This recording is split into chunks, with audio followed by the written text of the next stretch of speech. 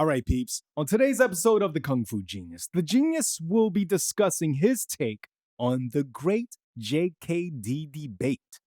Lots of gems, lots of emotions disguised as logic, lots of, hey bro, do you do Jeet Kune Do or Jeet Kune Don't? Let's get to it. And every day, I practice martial arts. Yo, Dre, how you doing, man? Sifu, I'm doing great. How are you? Good. It's good to see you again. Oh, You know why? Because Mikey and I cheated on you yesterday. We recorded an episode without you. Yes. Do you know why? It was beautiful. Yeah. Do you know why we cheated on you? Because we had to do a serious topic. Just kidding. But no, just because you weren't there. You were never there. Did you just say JK? No, I didn't say JK. Oh, okay. JK. You can imagine the JK if you want, if it makes you feel better. But anyway, so we decided to embark on a multi-part series, very similar to our Final Months of Bruce Lee, where I break down Tom Bleeker's book, Unsettled Matters, so I can finally put my take on it out there and maybe appease some of the sock puppet accounts out there who always kind of, type in the comments all the things, all the Bleekerisms, like, but his kidneys, but the cortisone, but the diuretics, but Wu Yan the butler, as if somehow I hadn't already read that book in the 90s, as if somehow everything he put in there is indisputable fact. That's my theory. Which one? The butler did it. The butler did it? Always. Obviously. It's usually the butler. It's always the butler. So anyway, we Colonel decided Mustard. to do that. We did the Professor Plum. Professor Plum, man. It's usually that SOB. That's what we call you when you're not around. Professor Plum. Wow. I don't need to know the origin of this we don't one. need to know. We don't need to discuss that. I love that. So we're going to start that. I don't know how many episodes that's going to be, but since we started, so this is you and him. Well, since we started with Mikey, we probably need to continue with Mikey because I was thinking I already wrote because I am going through his like book. A Brit? Because I am. All right. Is he sitting like a Brit? How dare you? This is the Brit sit. Exactly. This is exactly why I use Mikey for the serious shit. So proper. Because we I have to go through the book chapter by chapter. And so I have to reread his book. Okay. And then so we're doing a couple chapters at a time. And the first episode was kind of the longest because I had to explain why I want to do it, my reasons for it, so it's not misconstrued, and then give some of the background about Mr. Bleeker as I see it. And then we're going to kind of go through the various chapters. And so I've already written my outline for the second part. So I was thinking like, oh, we could record that today. And then it was like, oh, fuck, Dre's coming though. And it had nothing to do with you being here. Right. It just had to do with the fact that since we already did episode 1, you don't know what we were talking about. So it would be weird to kind of just jump in raw and do the second episode. It would be like totally weird. Yeah. So we're gonna keep Mikey for those. Yeah. And I figured since I also recently, like in the last few weeks, did an interview with JKD rebel Dwight Woods, which was supposed to be the great JKD debate, but it is not to be. Wait, who backed out the last second? Torres. Richard Torres. Richard Torres. Who is the Sifu of our good friend Vincent Benitez. And he would represent the original JKD side of things. My original plan for the debate was not to have two guys shouting over each other. But it was going to be almost like a somewhat formal debate. Right. We'd have a coin toss as to who went first. I would give let's say 6-7 minutes to Dwight to have his opening statement, and then 6-7 minutes to Richard to have his opening statement. And then after that, they would each have 5 minutes to rebut what the other one just said, but they would be doing it on their own. So it wouldn't be like where they're shouting over each other. As a matter of fact, I would, if we were doing it over Zoom, I would literally shut the mic off of the other one so the other one can't say anything. Oh, because the last thing you want on in any kind of debate or discussion or podcast is people talking over each other. So okay. He couldn't show up for whatever reason. No, we know the reason. Oh, man. So he had issues that because believe it or not, this is a highly contested topic among adults who practice Jeet Kune Do. I get it. Look, we come from Wing Chun. We also have highly contested topics. When I did JKD concepts, Mhm. I had no clue there was another faction. Yeah, it makes Zero sense. clue. Well, I think the average students who train in any given school aren't like many of the students. Especially as a beginner, you're like, I just want to hit shit.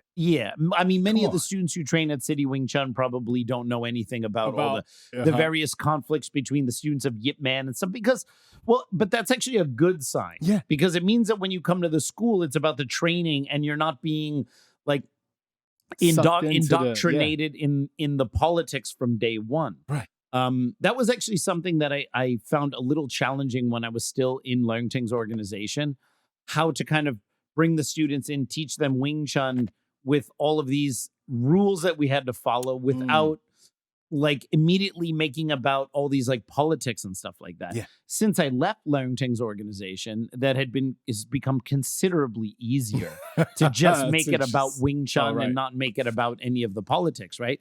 The weird thing is, it may sound hypocritical as a Wing Chun guy to say like to laugh at the JKD guys for having politics because Wing Chun has tons of politics, but it's also a matter of how much you want to engage in it. I personally don't give a shit about Wing Chun politics. Like I don't find them interesting. Having said that, we did a couple episodes about William Cheung, so it may sound hypocritical because given the history between my former teacher and William Cheung. But the thing is, as I tried to make very clear in that episode, I was just going at what I felt were like the historical issues or the problems with his like indefensible history of Wing Chun. Okay. And not him as a fighter, not him, whether he really learned from Yip Man or whatever, right? Yeah. And people seem to have a hard time with that level of nuance because of black and white thinking. If I say something critical about, let's say, William Cheung's history, they then take it as a full-on us versus them. I can't stand William Cheung, blah, blah, blah, blah, right? Even though me as a former Leung Ting guy, I have leveled a number of criticisms towards my former teacher's character, the way he ran his association or whatever. And people somehow seem to be able to take that as, well, you know, he's a WT guy, but he didn't like some of the politics or whatever. And they can like see the nuance in that. Well, some people can. But they think it's like, you can only see nuance when it's for your guy. And it's like, no, I mean, if you sit down and just talk about the facts, you can discuss nuance and there's good and bad in every side of every argument within Jeet Kune Do, Wing Chun, or whatever. And the fact that someone comes from a Leung Ting background or I'm a Wing Chun guy discussing JKD doesn't necessarily mean that I have one, that my opinion even matters, or why people wouldn't even need to take it seriously anyway. I'm just voicing my opinion. The fact that I'm saying it in a mic on a video on YouTube doesn't mean anyone who watches it needs to accept it. I don't know why. There's just like this thing, once it's on a video and it's said or it's in print, now it's a thing that has to be defended. It's like, I'm just a dude talking in a mic. It's written in stone. Exactly, right? The internet is stone. Right, exactly. But it's very easy, or I should say it's easier to have some kind of clarity about the politics of other styles that you're not attached to because you can kind of see it a little, because you don't have any emotional involvement in it. And perpetually there's been this, well, I wouldn't say perpetually, maybe since the 80s or whenever, there's been this debate between what's called original JKD and JKD concepts. JKD concepts more or less being the Inosanto camp. Okay. Original JKD basically being those who more or less teach Jeet Kune Do in its physical or conceptual framework as they see it, according to Bruce Lee, how he did it before he obviously passed away, right? What's interesting is when I did join the JKD school, I did know of Inosanto to some degree. Right. And I did have that like, oh, this is really cool. Yeah. He's a direct student of Inosanto. Right. This is okay. Yeah. And that's probably as political as it got from me. Yeah. Like I said, that's a good thing because that means that it's mostly about the training, right?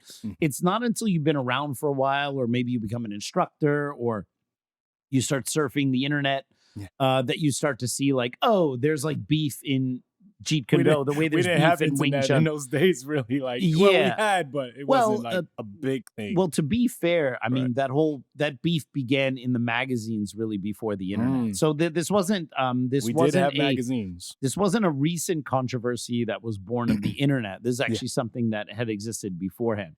I guess after Bruce passed. It's still, to come back to my other point. Well, it seems to have come like in the 80s. So it's already some time after Bruce Lee passed away. Of course, people could probably argue where those divisions originally occurred. I have a theory. It's a bullshit theory, but it's a theory nonetheless. I mean, it is a theory. It's about 10 years after a famous teacher passes away before their students start publicly going at each other's throats. Hey everyone, it's the Kung Fu Genius. Fans and practitioners all know that the wooden dummy is the most coveted tool in Wing Chun, and now you can learn all about it in my cleverly titled book, The Wooden Dummy. I wrote this guide with you, the practitioner, in mind. Rather than mystifying any of the concepts or hiding so-called secrets, I've laid it all out in meticulous detail. The book is contextualized for practitioners of any lineage of the art, not just those who come from WT. Over 300 pages in length, The Wooden Dummy breaks down every aspect from the form, both technical, historical, theoretical details, and it makes it the perfect companion for anyone who's learning the wooden dummy techniques. I've even sweetened the deal for you. If you want to get a copy of this book signed by me, just use the coupon code SIGNATURE when you purchase the unsigned copy, and you will get the signed copy at no additional cost. So go to the link below or go to citywingchun.com/shop. Look up the Wooden Dummy book. Don't miss your chance. This is definitely one of the best books I've ever written on the Wooden Dummy, and I hope you'll find it's the best book ever written on the Wooden Dummy. Get yours today. Check it out. I've discussed this before. Yip Man passed away in 1972. There were already squabbles by the late 70s, but it didn't really come to like the point of public statements and like a really big deal until about the early mid 80s. Okay. Wong Sun Leung passed away in, I believe, 1997. And about 10 years later, some of his descendants start to like talk shit about each other. That's how long it takes for that shit to sprout. Yeah, because, you know, it would seem that like shortly after the Sifu dies, there's going to be a moment of kumbaya and hand holding. Oh, we're so sad Sifu died. Oh, we really should come together. Oh, we haven't trained in a while. Oh, blah, blah. And then after a while, it's like, you know, fuck that motherfucker. That guy's bong sao is straight. He didn't even learn bong sao from Sifu. What? Fuck, he doesn't even really do Jeet Kune Do or whatever. He's just a fucking karate guy or whatever. No. That's when it just takes a little while, right? It's just a matter of, you know, once people are comfortable with the fact their Sifu's no longer around, people are going to start to vie for a position in power. To come back to the older point, Richard Torres said that because there's a lot of vitriol on Facebook, that he was vitriol. Vitriol. You know, what is vitriol? I like that word. Mikey. Oh, new word. I love new words. Vitriol. It's like kind of. I usually know the word that he's going to say, but this one. It's like toxic, angry language. You know what I mean? Yes. So according to Richard Torres, there's a lot of this kind of vitriolic vibe in the Jeet Kune Do community on Facebook. And he was afraid that if he did the debate, it would come towards him. No, that it would be worsened. But the thing is, the reason why I don't agree. Look, I mean, it's Richard Torres' decision to do or not to do the debate. We could get someone else. That's fine.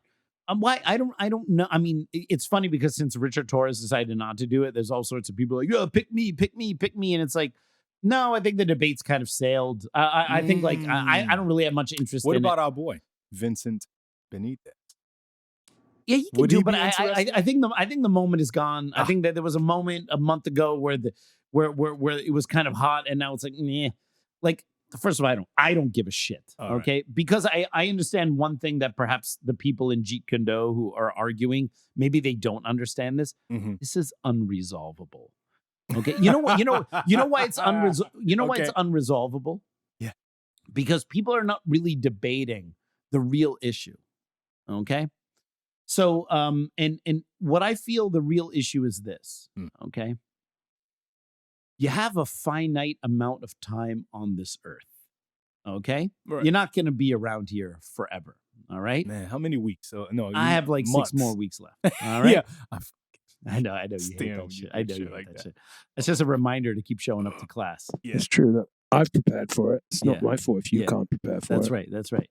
He's That's already damn he's already asking which of my things he gets and can't everything like that, stand right? Yeah, absolutely. You already going through the books. Yeah, he's already going through the book. Okay, I'm right? taking Yeah. all the books. People want Are to you know kidding me? who's getting my original Jack Dempsey championship fighting, and haha, I have 2 of them. Who's getting each Yeah, one, right? too. Yeah, So- the only book I'm not keeping is the Ayn Rand one. I'm giving that to you. That was a gift, by the way, and I actually haven't read it. It's one of the few books on the shelf that I've not read yet. Oh, wow. So, That's impressive. so anyway, no, the real argument is this: you have a finite amount of time on this earth, Mhm. and human beings, their motivations are often not completely understood by even themselves. You don't know why you like certain music you like. You just know you like it. I just know It's a confluence of factors, and it's multifactorial, and you are not aware of the mechanisms in your brain that make you like certain hip hop and make you hate Young MC, for example. All right. But the thing is, but what I'm saying is, like, you don't like you don't know why you like that. People cannot properly articulate why they like one form of karate over another one. They might really like Kyokushin and think Shotokan is pure shit. You know what I mean? Like something that as an outsider, you're That like, would be a bro, it's great all just debate. like, it's all just karate. What are you even talking about, right? just But when you're karate. really into it, Uh-huh. you have certain things, like there's an aesthetic behind it. People who like jujitsu, they like the aesthetic of the gi and the ears, or the no gi and the grappling and the look and the feel. And and what we do is we have an emotional response to things, whether we like them or not. And whether we know it or not. And when most likely we don't really know why, we just, it's not really within our control. You watch Bruce Lee for the first time and you go, wow. Or you watch Bruce Lee for the first time and you go, oh, okay. Like you're not really in control of those mechanisms. And when you like something and you decide to do it, in this case, a martial art, your brain will justify retroactively your reasons why you do it. Because we like to think that we're logical beings. Okay. You go into a store, you see a pair of pants you really like, and you go like, oh man, those will look great on my ass. That design looks really great. Yeah. You buy it and it's like, why'd you get those pants? Well, I'm kind of running low on pants. And you retroactively create this narrative that like, no, it was a logical choice. Meanwhile, when you saw it, you're like, oh dude, those pants are fire. Yeah. You buy it. Someone asks you, why'd you buy an extra pair of pants? Well, you know, my old slacks are getting kind of old. And you have this like logical reason in hindsight, in retrospect. Yes, because you have to justify as to why that. you made what was essentially an emotional choice. Why you paid $300 for a pair of jeans. Exactly, Yeah. with Okay. them weird ass green checkered pattern, right? And Okay. so what happens is, let's just look at the world of Bruce Lee's Jeet Kune Do. Okay. Let's say you see Bruce Lee, you know, so we have to talk about people, let's say, who are like our age and older, right? You saw Bruce Lee movies, you fell in love with Bruce Lee, you go like, wow, this man was the shit, amazing, charismatic, cool, all that. We get it. Bruce Lee was the fucking man, right? And then you go, I want to do martial arts to be like Bruce Lee. And then let's say you're in the very lucky minority that wherever you live, you have access to learn Jeet Kune Do. Because, for example, I was so in love with Bruce Lee, but in Central Jersey, and I know many people think Central Jersey is a myth, there's nowhere to do Jeet Kune Do. There was nowhere to do Wing Chun. There was nowhere. I remember seeing one kung fu school in Red Bank, New Jersey, and it was I think it was called either Tiger and Crane or Tiger and Dragon Kung Fu. And I always wanted to learn Kung Fu there, but it was too far. My mom wasn't going to drive me. And there was a karate school right up the street from my house. So I did what I wanted, what I had access to. Okay. So now let's say you're growing up in the 80s. You fell in love with Bruce Lee. You're getting into martial arts. You read a couple articles. You find out Bruce Lee does Jeet Kune Do. And you're like, dude, I want to do the thing that Bruce Lee did. Now, what is more likely to prop up your narrative, or what is more likely to influence your narrative, whether quote unquote original JKD, let's just call that pre-73. Let's just define that as pre-73 JKD. And JKD concepts, let's just define that as more or less what is taught in students who represent or claim to represent the teachings of Dan Inosanto. And I know these arguments are very nuanced. Mm-hmm. If you want to get more of the nuance of the Inosanto side of the argument, I recommend people do watch the debate with Dwight, because he really breaks it down in a really, really good way. There were a lot of people who disagreed with him, which is fine, which is another reason why I think it's unresolvable. But let's just say, what is more likely to inform which camp you are going to be in? Would it be the fact that you, before learning Jeet Kune Do, did all the research into original JKD and JKD concepts? And I know it's an oversimplification, but we have to overly simplify just for the sake of the argument. What is going to influence which side of the camp you're on? Do you think people did all their research, figured out what was what, and then went to the school?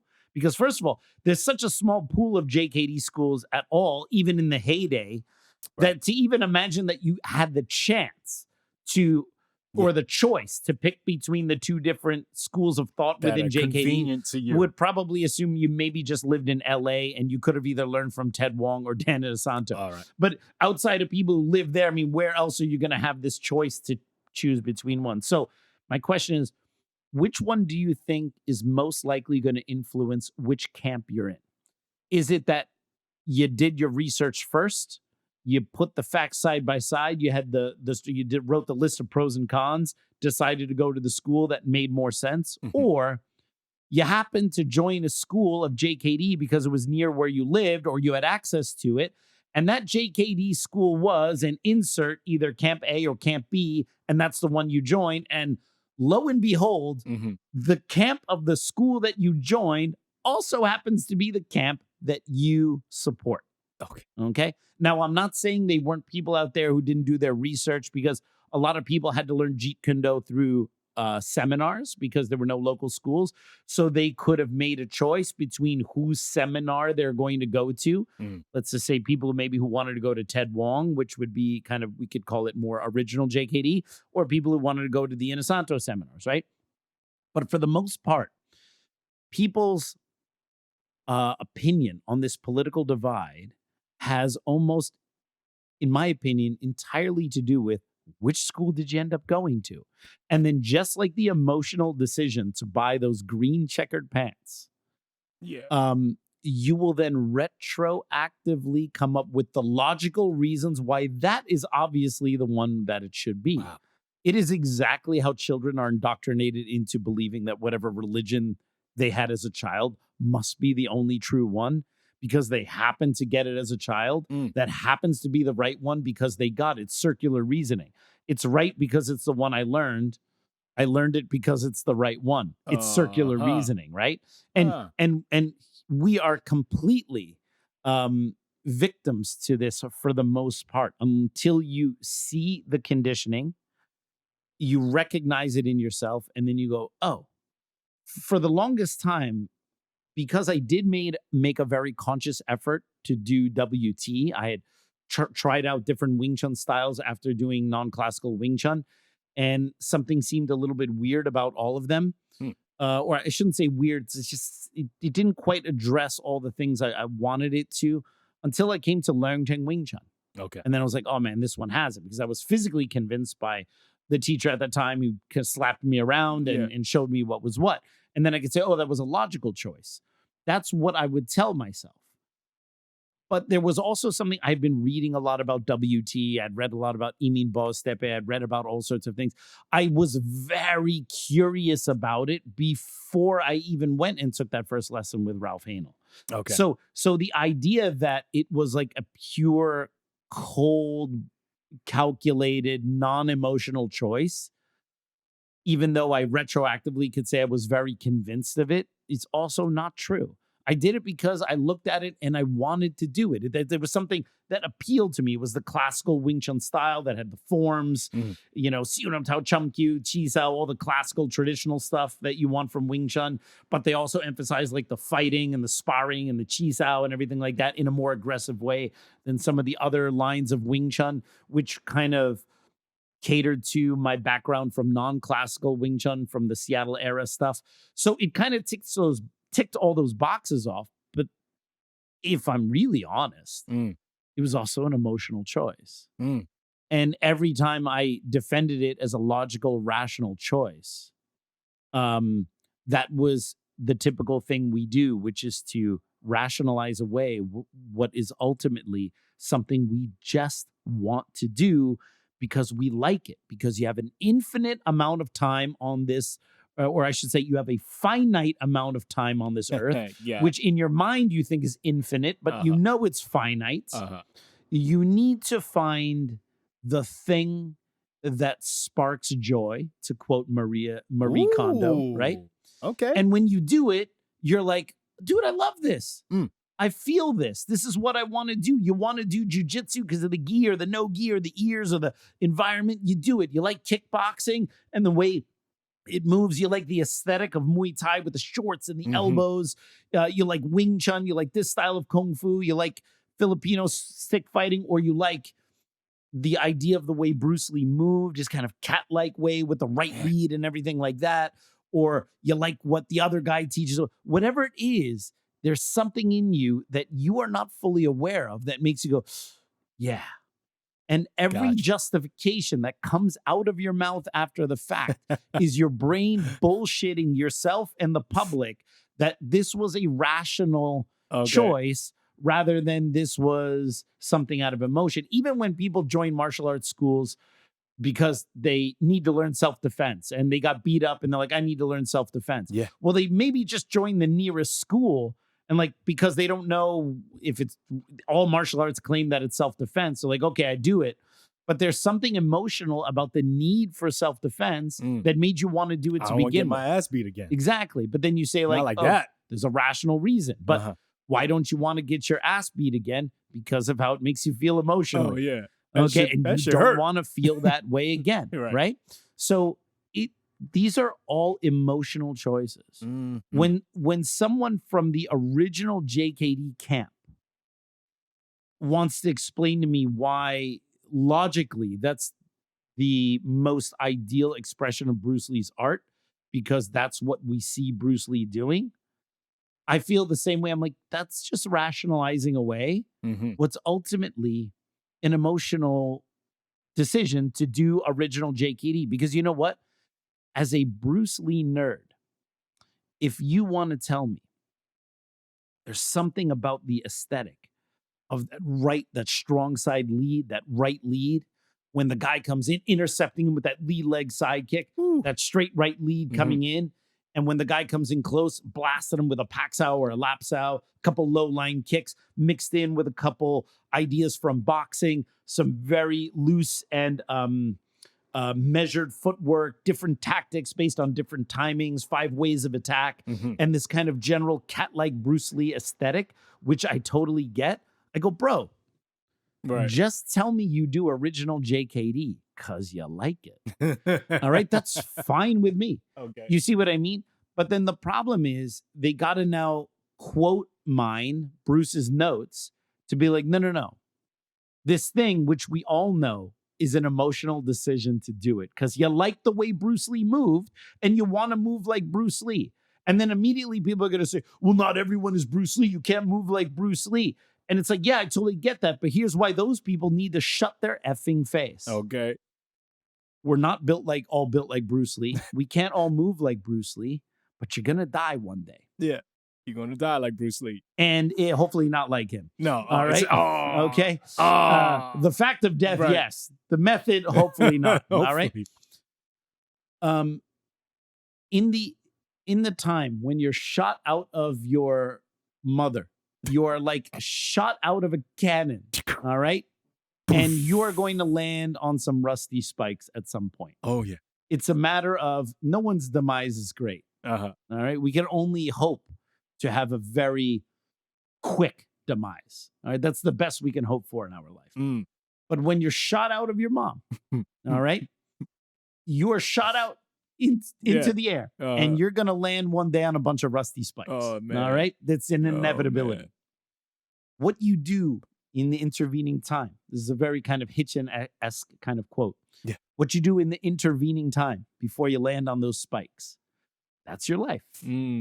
And we want to always feel that we're doing everything logically. We want to always feel that we're doing everything for reasons that are not emotional, because we think that an emotional reason to follow a hobby is not enough. What other reason is there to do any hobby?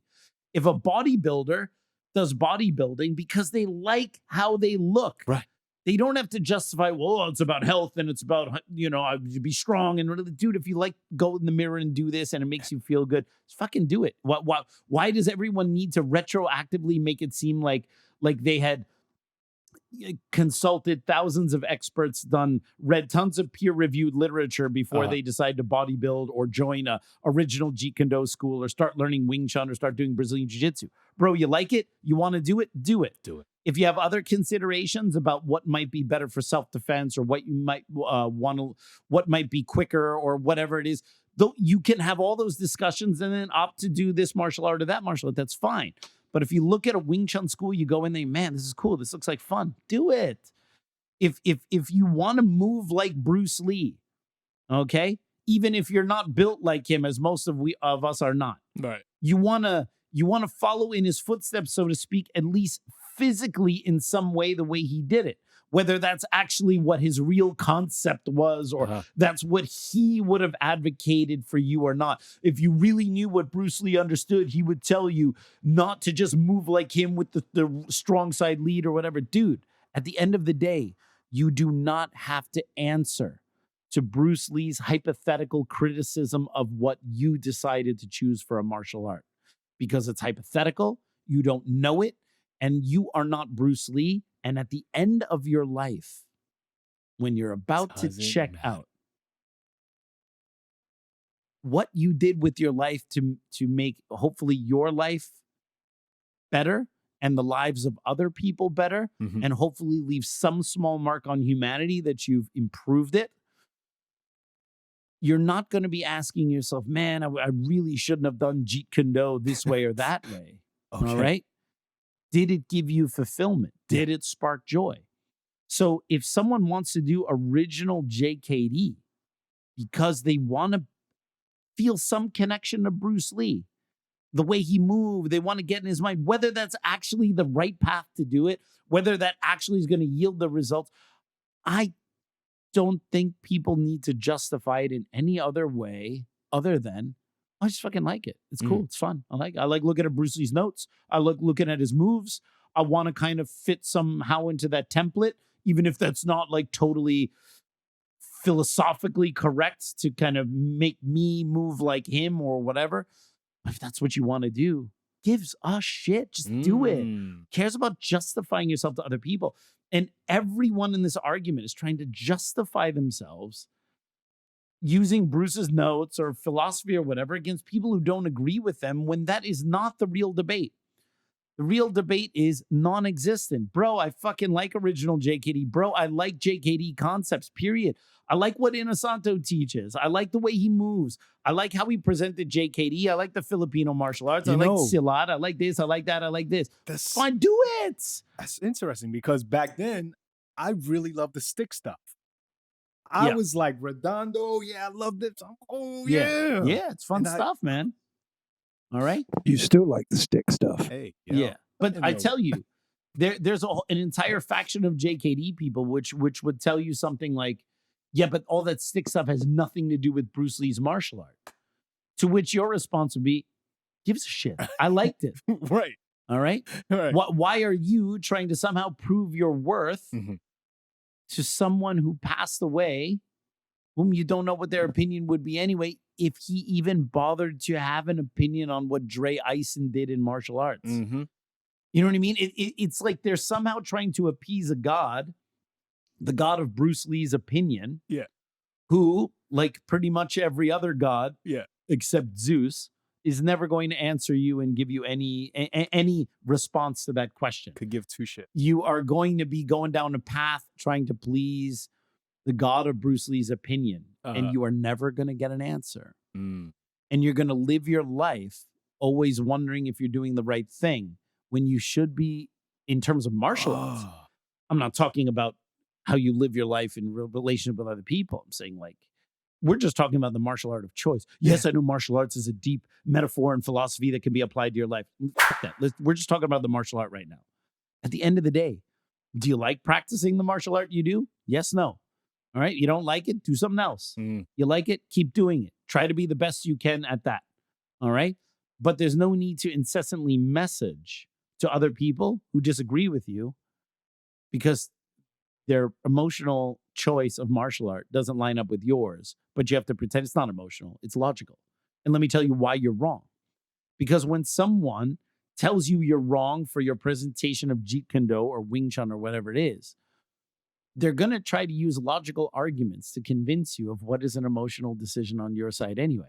So you're not going to hear, oh, these are the logical mistakes in my interpretation of the martial art. You're going to hear, they're telling me I'm wrong for liking this. And that's going to trigger a That's what we hear. That's what you hear inside, even if you don't say that to yourself. And that's going to trigger a feedback loop of like, yo, F that. This stuff is the bomb. Yeah. These are all emotional things coming up. They just don't know. They just don't know. And instead of you just admitting like, bro, I like this, you're just trying to attack something I like and I don't care.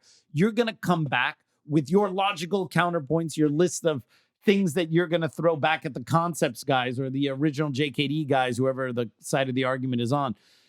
You're going to try to lob logical arguments back in response to you being internally hurt that someone thinks you're not doing the right thing, the thing that you love. And so the argument is never what people think it is. It's always something else. Well, you've convinced me. I'm going to take up Krav Maga. Good, yeah. Because I really like it, bro. He likes the aesthetic of Krav Maga. All right. Who doesn't love the aesthetic? Grab my lapel, nut punch. Oh, all right. Yeah. There's something about that sparks joy for Mikey. Cock shot. Yeah, and so that's why the debate is unresolvable because you have people trying to logically argue for something they emotionally like, and that's good enough. It's good enough. If you like traditional kung fu, you like wushu, you like martial arts that are not real street fighting arts, but yet enjoy it. Do it. One makes me wonder, has there been anyone that has logically picked something like that and just like I'm sure they are. People who pick it unemotionally and then practice it unemotionally. Just like I'm sure. I mean, look, I'm not saying that such a thing doesn't exist. Right. I'm just telling you the people who are arguing this on the JKD side of things, they are not those people. Because I can see, when I see Richard Torres as an outsider, I can see his love and fondness for Bruce Lee. Okay. I see it. I see it in like the way he dresses. There you I go. see it in his fanaticism about like Bruce's notes, and he has a huge library, and he's a big, great Bruce Lee collector. I look at him and I go, there is absolutely no wonder, no mystery as to why Richard Torres is like a quote unquote original JKD guy. Okay. Because he loves Bruce Lee in that kind of way. You go like, it totally makes sense. He needs no logical argument to defend his point. Right. He is that guy. There you go. When you look at Dwight, behind him, he's got Bruce Lee and Bob Marley on the wall. Okay. And you see his take on things and that he learned from Dan Inosanto and his style of talking, his way of looking at things, and you go, it totally makes sense why this is his wheelhouse. There you go. Emotionally, it just suits him. And he can defend his points logically. So can Richard Torres. But let's be under no misapprehensions. Yeah. They're both doing the version of what they do because they love it. Yeah. And everything else is just trying to justify it out loud to themselves and to other people. So the debate is essentially, this is why I love this. This is why you That's love what the that. debate then it doesn't need to be a debate, because why do I need to debate why I love Elvis and you love the Beatles more or something like that? Like why is that Beach even Boys a debate? and Beatles. Beach Boys and Beatles. Beach Boys and Beatles is a great debate. That's a perfectly acceptable one against the other. Yeah. Brian Wilson had a big thing about like the Beatles, like in terms of like he was always in competition with them. Pet Sounds was like like it was his Meisterwork because he'd heard Rubber Soul and was like, no one's ever going to make a record like this. So he made Pet Sounds, which is an absolute masterpiece. And then the Beatles went and made Sgt. Pepper's, and it drove him over the edge. Yeah. Wow. See, I did not know this. Yeah, no, that's actually... I've now learned something. It's a beautiful everyone thing. goes, oh, the Beatles and the Stones. Absolutely not. It was the Beatles versus the Beach Boys all the way. Interesting. Yeah. But for me, that debate would be more just like why I would have to logically defend whether I like the Beatles over the Beach Boys when you could use logical, rational arguments, but let's be honest, the reason why you like one or the other, you cannot even, you don't even really know yourself why you like one or the other. And I like them both. And that's the same thing. Like there is actually no debate. You have a guy named Dwight who likes what he learned from Inosanto and he likes the vibe of that camp and he wants to continue on that tradition. And you have someone like Richard Torres who's from the Ted Wong side of things and likes and wants to further that tradition. And why do people actually think that the end result of any of these debates is that like Richard Torres is going to go, well, you know what? Don't say it. I've seen the error of my ways. Don't say it. I mean, to restrict JKD to what Bruce Lee did prior to his death is to put shackles on it. And you know what? I can't do this anymore. And I think all people who call what they do original JKD are wrong and should stop. Do they actually think that there's going to be that one side of the argument is going to fold? Okay. And also, do you want to live in a world where your representation of Jeet Kune Do, for example, to use this argument, is the only one that exists? Is the world made better by having no opposition to the way one looks at something? No, that's not how the world even works. Exactly. Do you want to live in a world where there is only Beatles and no Beach Boys? There has to be polarity. No. There has to be, right? Yeah. And this idea is like they're trying to, it's always this us versus them, in group versus out group, with like a weird tacit assumption that one day, if you just get the right points, you get the right charismatic leader, you're going to totally win the argument against the other side. The other side's going to fold and vanish into antiquity. This is never going to happen. Okay? It's never going to happen in anything. I mean, whether people will continue to practice Jeet Kune Do 50 years from now, that's a separate issue, or Wing Chun for that matter. But the idea that one side is just going to go, oh, you know what? I have good game, shake hands. Yeah, we're going to fold up. It's Inosanto that won this one, right? Or vice versa. That the Inosanto guys are going to go like, yeah, I mean, what we're doing really doesn't resemble what Bruce Lee does or did at all. We're totally wrong. Our bad. Hats off to the original JKD guys. We're done. Okay. Yeah, that's never going to happen. So when we're thinking about online discourse, the first thing is, what is the purpose of this conversation? Okay. Is the conversation because what the squash the beef? What the conversation should be is to find out more about the other side's way of thinking. Okay. It should not be to incessantly message your own and try to beat the person down with the right bullet points, because that immediately shows you're not listening to what the other person's saying. It's the people who are waiting for you to finish talking so they can say the thing they were going to say regardless of what you said. And that's not conversation. A real debate or a real conversation should be, let me find out what your side of it is. You know why? Because I know my side already. It's in my head. Right there. All right. And that's why, sometimes people think like, oh, I didn't really push back very hard on Dwight because I didn't say, oh, but there were a couple times I'm like, hey, devil's advocate, what would Bruce Lee think about this? Or what about this? Right. But the reason why I didn't push back hard. Well, you're not part of the debate. Well, no, it's not only that. It's because if I shut up more, you can listen. I'm going to learn. He's going to tell me stuff. And I just need to poke and prod the conversation to keep it moving to have Dwight give me more and more insight. And there were a lot of things about the Inosanto side of the debate that I didn't know. And actually, you can even see when you watch that episode, you could see in real time. I'm like, oh, I didn't realize that. Oh, I didn't. And I learned a lot, which I wouldn't. You learned a lot, but you weren't in debate mode. Well, I learned a lot because I was not in debate mode. Right. But anyway, I was not going to be in the debate anyway. I was going to be the moderator. You have no skin in that game anyway. Yeah, but what I'm saying, Dre, is whether it was just me and Dwight or whether it was Dwight and Richard and I was there, I would be the one there taking notes and trying to find out. Right. Because I want to hear. The reason why I feel cheated about that whole thing is not because I wanted there to be a winner. I wanted to know if I raised points A, B, C to Dwight, points that would make it seem like the Inosanto side is maybe not entirely correct. I want to see what Dwight's response is, because he is one of the best guys to discuss this topic. And then I'm going to pose a couple quotes and questions to Richard, which would make it seem like maybe the original JKD is kind of shackling Bruce Lee's Jeet Kune Do to a certain way of doing it.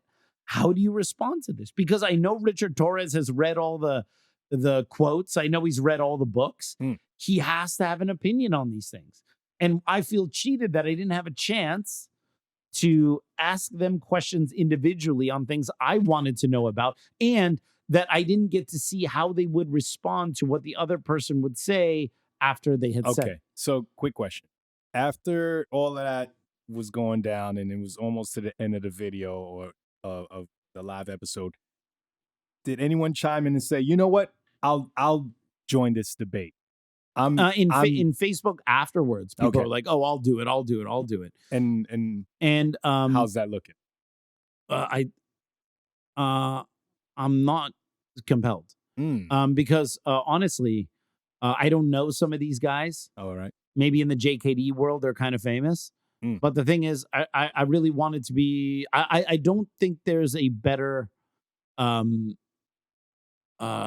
mean, I'm not saying there are not better people than Richard to do that side of the debate, or they're not people who would have other points, like original JKD people who may argue it differently than Richard in a way where it's also beneficial. But I think if you're going to start the debate, given who's really talking about it online right now, it's got to be Dwight and Richard. I don't think any other version of that debate is nearly as compelling. And that's why without it, and again, it's not about who's the winner. We're not going to have the audience vote or anything like that. Yeah. I want to know, as someone, look, I've read all of Bruce Lee's notes and all that kind of stuff. I also have questions.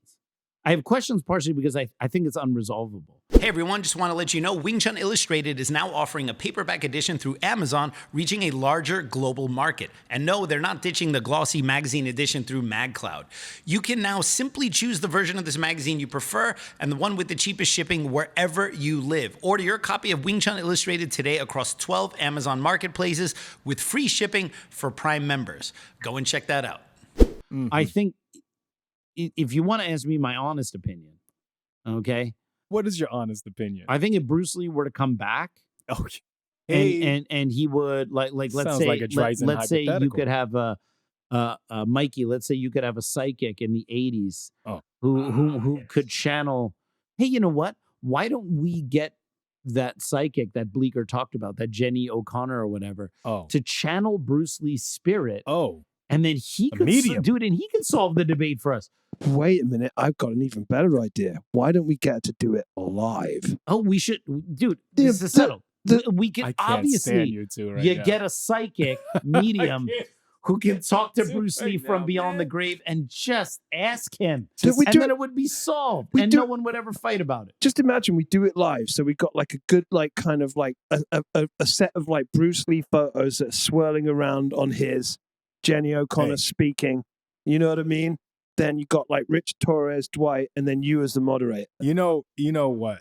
And they might be a little too expensive. Why don't we just do a Ouija board episode? It takes a little too long. And besides the Ouija board, you can't be sure that it's the person. Whereas this person, Jenny O'Connor, I think she can actually talk to Bruce. Yeah, she has talked to Bruce Lee before. Okay. You know how we know? Tom Bleecker said so.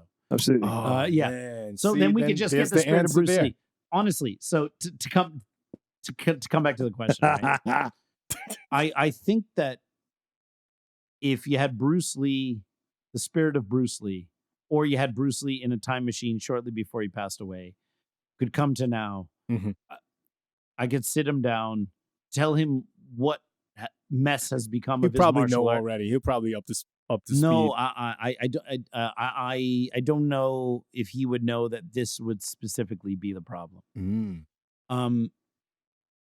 I can get him up to speed, and then I would show him some clips on this thing called YouTube about people. How long do you think it would take? About people arguing the different points. Yeah, but that could take some time to get him up to speed. No, it would not take a lot of time. Okay. I think once I would tell him, like, look, this is basically what happened. These are the two main arguments. Yeah, there's all tons of new. The moment you simplify, there's a lot more nuance to that. No. That's the problem. Is thinking that it's complicated when it is. If your argument can't be simply argued, if it needs tons and tons and tons and tons and tons of nuance to make a general point, I don't really think you have a point. All right. Okay. Nuance and subtleties are for things that are kind of either based on science or they're things that are multifactorial. Here, it is really a simple idea of what is the nature of Jeet Kune Do in a post-Bruce Lee world. That's it. Simple. What should Jeet Kune Do be after the death of Bruce Lee? Is it Jun Fan Gong Fu techniques with a JKD philosophy imprinted on that then the practitioner can then develop their own thing? Are they not supposed to really develop their own thing? They're supposed to stay within their framework? Or is anything that follows this open-minded philosophy and is effective and direct and simple, can any of that be JKD? If I was a really sharp kickboxer with good Brazilian jiu-jitsu, who liked aspects of Bruce Lee's philosophy, could I call that Jeet Kune Do? Or do I specifically have to do it in the way Bruce Lee did it, even though Bruce Lee was not about dogma? So really the question is, to Bruce Lee, is what should JKD be in a post-Bruce Lee world? That's it. What is the vision of it? Okay. And I really think that Bruce Lee would find issues with both camps. I think there is, look, and as much as I like Dwight, and I think that he did a really great job kind of showing the Inosanto side of things. Right. As an outsider, I go, there's still a bit of a crystallization of what Jeet Kune Do is and what it isn't. And I think the moment you say this is JKD, this is not JKD, you have a problem. Because, and I quote Bruce Lee here, Jeet Kune Do is the art not founded on techniques or doctrine. It is just as you are. So the Inosanto guys could say, see, you can do it this way, this way, this way. Yes, but the problem is you're still defining this way, this way, this way, this way as JKD. And a dogma or a doctrine of all of these elements could theoretically be combined to become Jeet Kune Do if they follow this and this precept is still a doctrine. And Bruce Lee literally wrote here, it's not founded on doctrine. To say that then on the original JKD side, say that the strong side lead, that lead punch, that lead leg side kick, those 5 ways of attack, those elements, those more technical elements on top of the philosophical stuff, that is Jeet Kune Do, is also a doctrine. It's also a prescription of techniques. Okay, so whether you are prescribing techniques, which is more the JKD side of the original JKD side of things, of course, with the philosophy in there. It's like you're prescribing the techniques, and there is also the philosophy. That's the original JKD side. Or the JKD concepts, you're putting the philosophy in forefront and putting the techniques a little bit to the back. It's about a volume dial. One dialing up the techniques and less on the so-called philosophical concepts. One more on the philosophical concepts, less on the techniques. You are both creating techniques or doctrine to define Jeet Kune Do, which literally Bruce Lee at Tao of Jeet Kune Do, page 204. Jeet Kune Do is the art not founded on techniques or doctrine. It is just as you are, which then leads to the whole open or closed system. When a system of martial arts can be defined as anything, in this case, it is just as you are, then it is not defined. I'm sorry. I really think there was a guy who practiced Jeet Kune Do, even though he gave it certificates to some other people. All right. That guy was Bruce Lee. He died July 20th, 1973. If you ask me, Bruce Lee was the only dude who really understood Jeet Kune Do. There may be other people who do Jeet Kune Do without knowing it. Yeah. There may be other people who do something close to Bruce Lee's Jeet Kune Do, but Jeet Kune Do in from top to bottom, that died on July 20th, 1973. Can I ask a hypothetical? Yes, as long as it's not a Dre Ison hypothetical. Now, just imagine Bruce Lee still alive today. Mm-hmm. Be very careful where you take this. Mm-hmm. Or Time imagine machine? we did this debate with our girl O'Connor. You mean the psychic medium? Psychic medium. And she's totally legit because Tom Bleecker said so. She's a legit medium. I agree. I Not get like that. John I get Edwards. that. He's a And fraud. we're not actually debating her. We're actually debating the real. Yeah, Bruce she's Lee. she's a psychic. She's just the one that can talk to Bruce. I know. She is She's the a medium. conduit. She's a medium. Mhm. So let's just say we do either or, right? Or let's just go Bruce Lee hypothetical. He's here. He's Time machine is better because then it's actual Bruce, not some. I don't want to go time machine for this one. I want Bruce Lee here in this time and age, right? So Bruce Lee's here. What would be the difference if he's here in this time and age because he came forward in a time machine, or it's his dead? so he came forward. Yeah. He came forward Yes. to us and Yes. hung out with us. Yes, because the thing is, Yeah. Bruce Lee very well may have changed his ideas on Jeet Kune Do in those 50 years, but we will never know that. Interesting. We can only hypothesize. Based What on, would the guy okay. who is just about to die say? We cannot hypothesize on what his hypothetical development would have Wow. been because that is impossible. It's actually impossible to say what Bruce Lee in May of 1973 would say if he knew or was told that this debate would be going on. That is difficult, but that's slightly more debatable, slightly more knowable than what Bruce's ideas on martial arts would have been 50 years later after having seen UFC and all these other things. It would have undoubtedly changed, but that is a black hole of you don't fucking know. So to that UFC, Mhm. Bruce Lee watches UFC, and he's, hey, who do you think he would say that guy is doing JKD? Or these I don't individuals are doing JKD. I don't think he would have said that because if you listen to Bruce's phone conversations, like the one with Dan Lee, Mhm. he doesn't describe good martial artists by a bar of whether what they're doing is like Jeet Kune Do or not. Okay. He would talk about boxers that he liked, and he would say, "Oh, this guy's got a really good left hook." He would look at people individually and see their attributes, Yeah. but he wouldn't say this guy is good because what he does is like my JKD. There are a lot of people like that in martial arts. Like there are Wing Chun Sifus that like they will like a fighter if that fighter does some things that look like Wing Chun. They'll be like, "Oh, he's good." I have Okay. one in mind. Yeah. Yeah. Meanwhile, there are other fighters who are very successful and maybe their entire fight game doesn't resemble Wing Chun even in concept or basic idea. Mm. And it's like they won't even look at those guys because it's, again, this kind of confirmation bias. It's good because I like it. I like it because it's good. That's Mm. circular reasoning. That is just your own reasoning is feeding this loop, which you Yeah. never leave. I like it because it's good. It's good because I like it. Yeah. I like Matt Brown because he sometimes does things or did things that look like Wing Chun, right? I like Anderson Silva because he had Wing Chun-esque things in his fighting style. It's always like I need to confirm it with a thing I like to see whether it's good. Bruce, from what we can see, of course, it's just a guess. It's also just my speculation. He didn't really seem to be one of those guys. He was like, oh, this guy's really good. This guy knows how to put his weight behind his punches. This guy has got a really good left hook. This guy's a really good kicker. He would never say like, oh, Conor McGregor's style looks a lot like Jeet Kune Do, right?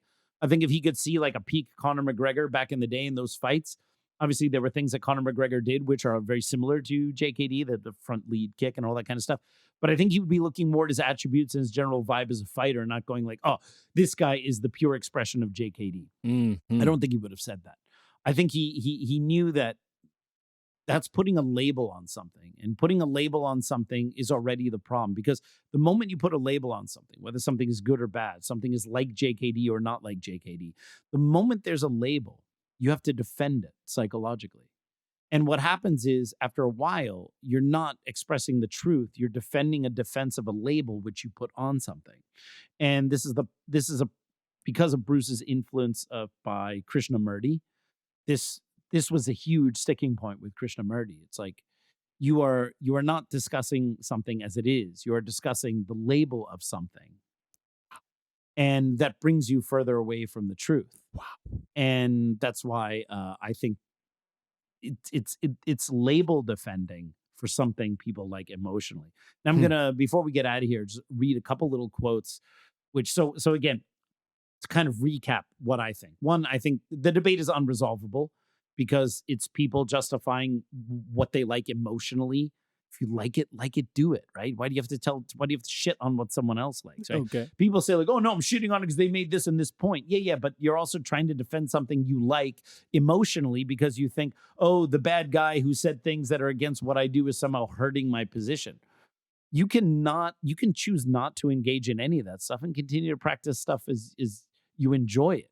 It's your choice to engage in that stuff that makes you think somehow you're losing points when someone says something and you need to gain those points back.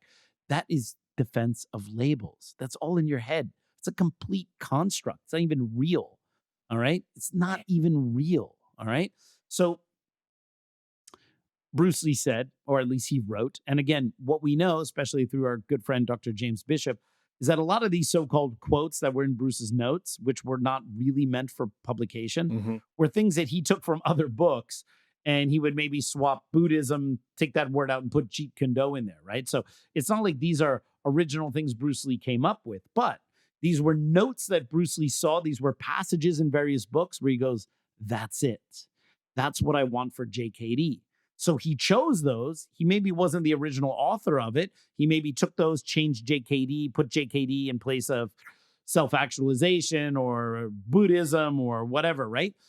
But it's the closest thing we have of him expressing what he felt about it. And I think that it's pretty clear that when you read these couple notes, that I think he would think there are issues with both sides. And I think he would legitimately say both sides are kind of full of shit and don't really represent him.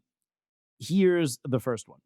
Jeet Kune Do is not to hurt, but is one of the avenues through which life opens up its secrets to us. We can see through others only when we can see through ourselves, and Jeet Kune Do is a step forward towards knowing oneself. So it's a process. So is it the process according to Inosanto, or is it the process according to Ted Wong? No. It's about knowing yourself. Already we have a problem when you're creating camps, when it's about knowing yourself. Second quote. Self-knowledge is the basis of Jeet Kune Do because it is effective not only for the individual's martial art, but also for his life as a human being. It's an individual process. Therefore, can it possibly be within a certain doctrine of original JKD or JKD concepts? No. No one can even tell you what it is because it's a personal process. And here's the thing, Dre. If it's a personal process, can you even then say Jeet Kune Do is this or that? You can't. And when you can't say Jeet Kune Do is this or that, then how can you claim to teach Jeet Kune Do? You can't. Whether it's original or concepts. These are his quotes. In my opinion, and look, I think they should both keep teaching and both camps should keep doing what they love. I'm not telling them they're wrong and they should stop. I'm just saying, as an outsider, if you really look at Bruce's notes, I don't think you can actually justify either side as having a correct interpretation. The third quote. Learning Jeet Kune Do is not a matter of seeking knowledge or accumulating stylized pattern, but it is discovering the cause of ignorance. The stylized pattern of the way Inosanto presents it, or the stylized pattern of the way Ted Wong presented it. Is there a right and wrong way to do a straight lead in JKD? I'm sure they would say, yes, that's a stylized pattern. Is JKD teachable as a martial art? I don't think so. I don't think so. Why? Because of what Bruce Lee wrote here. And finally, if people say Jeet Kune Do is different from this or that, or we could even interject if a type of Jeet Kune Do is different from this or that Jeet Kune Do, then let the name of Jeet Kune Do be wiped out, for that is what it is. Just a name. Please don't fuss over it. And that's all I gotta say about that. All right, everyone. Well, I hope you enjoyed that episode of the Kung Fu Genius. As always, don't forget to subscribe to the Kung Fu Genius. Hit that bell for notifications. Support us on Patreon or here with YouTube memberships. And as always, I'll see you guys next time. Word is I'm a kung fu genius. Technique speaks for me, not lineage. Forget Jet Li, cause I'm the one. Many call me Sifu, but to you I'm Si-Gung. And I produce masters. You surpassed us. Your kung fu stiffer than corpse and caskets. City Wing Chun is the house I built. Violate the gate and your blood gets spilt. Alex, Richter, always the victor. That's Andrew has how the we clap. started. Andrew has the clap this time? Who's giving it to him? He gave it to himself. He gave it to himself. We don't discuss that. Mhm. God. Lots of emotion disguised as logic. Lots of, hey man, you do Jeet Kune you do Jeet Kune Do or Jeet Kune don't. All right, peeps. On today's episode of the Kung Fu Genius, the genius will be discussing his take on the great JKD debate. Lots of gems, lots of emotion disguised. No.